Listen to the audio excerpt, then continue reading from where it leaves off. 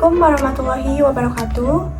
Perkenalkan, saya Irma Juwita, mahasiswa D3 Keperawatan Universitas Muhammadiyah Tasikmalaya.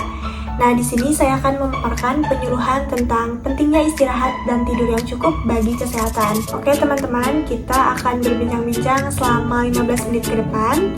Langsung saja ke materinya. Yang pertama yaitu ada pengertian istirahat dan tidur. Nah, untuk pengertian istirahat adalah suatu keadaan di mana tubuh dan pikiran berada dalam kondisi rileks, tenang, dan terbebas dari ketegangan fisik maupun psikologis. Untuk tidur sendiri merupakan salah satu bentuk istirahat yang paling optimal, yaitu suatu kondisi tidak sadar yang bersifat siklik dan dapat dibangunkan dengan rangsangan yang cukup.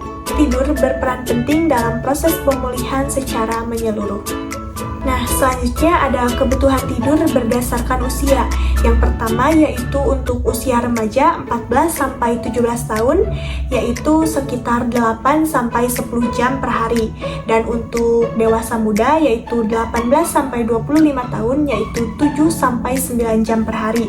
Dan untuk dewasa 26-64 tahun, yaitu sekitar 7-8 jam per hari.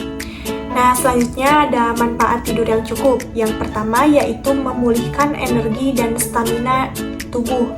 Nah, kalau misalkan kita nih habis beraktivitas sehari-hari ataupun beraktivitas sepanjang hari, kita tuh butuh istirahat. Karena apa? Karena untuk memulihkan energi dan stamina dalam tubuh kita.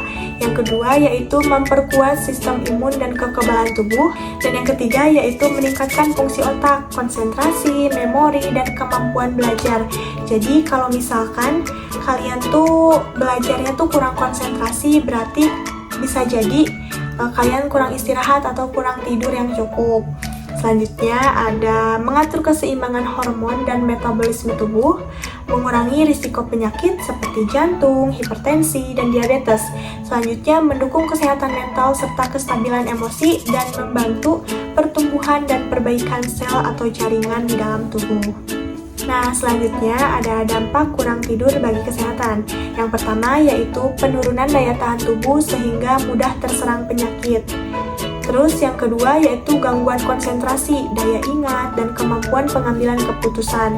Terus peningkatan risiko obesitas, diabetes tipe 2, dan penyakit kardiovaskuler. Selanjutnya ada gangguan suasana hati seperti mudah marah, cemas, dan beresiko depresi. Terus ada penurunan produktivitas dan kualitas kerja atau belajar.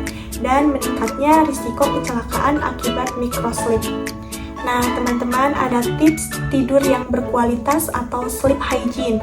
Yang pertama yaitu tetapkan jadwal tidur dan bangun yang konsisten setiap hari. Jadi misalkan kalau kalian tidurnya jam 9 terus bangunnya jam 5, lakukan setiap hari atau setiap selama 1 bulan supaya tidurnya itu terjadwal. Selanjutnya yang kedua yaitu ciptakan lingkungan tidur yang gelap, tenang, dan sejuk. Nah, kalau misalkan kalian tuh susah tidur, coba kalian matikan lampunya, ataupun kalau di ruangan yang terang, coba kalian pilih ruangan yang redup supaya tidur kalian itu nyenyak. Terus yang ketiga, hindari penggunaan gadget minimal 1 jam sebelum tidur. Yang keempat yaitu hindari meminum kafein sekitar 4-6 jam sebelum tidur supaya kalian tuh tidak terjaga. Terus selanjutnya lakukan relaksasi seperti tarik napas dalam, terus meditasi, dan juga mandi air hangat. Nah, untuk tarik napas dalam kalian sudah tahu belum? Kalau misalkan belum, saya akan praktekkan ya. Jadi tarik napas dalam itu tarik napas melalui hidung, lalu tahan 2 detik dan hembuskan melalui mulut secara perlahan. Nah, lakukan hal itu sampai kalian tenang. Selanjutnya ada batasi tidur siang maksimal 20-30 menit dan tidak lewat pukul 15. Jadi kalau misalkan tidur siang kalian itu 2 jam, sekarang coba batasi sekitar 20-30 menit supaya nanti pas malam itu bisa ngantuk gitu. Selanjutnya olahraga yang teratur tetapi tidak berdekatan dalam waktu tidur ya teman-teman, agar tidur kalian itu tetap terjaga. Nah, mungkin sekian ya teman-teman pemaparan tentang pentingnya istirahat dan tidur yang cukup bagi kesehatan. Semoga yang saya tadi sampaikan itu bisa bermanfaat bagi kalian dan juga bisa diterapkan dalam kehidupan sehari-hari. Terima kasih atas perhatiannya. Assalamualaikum warahmatullahi wabarakatuh.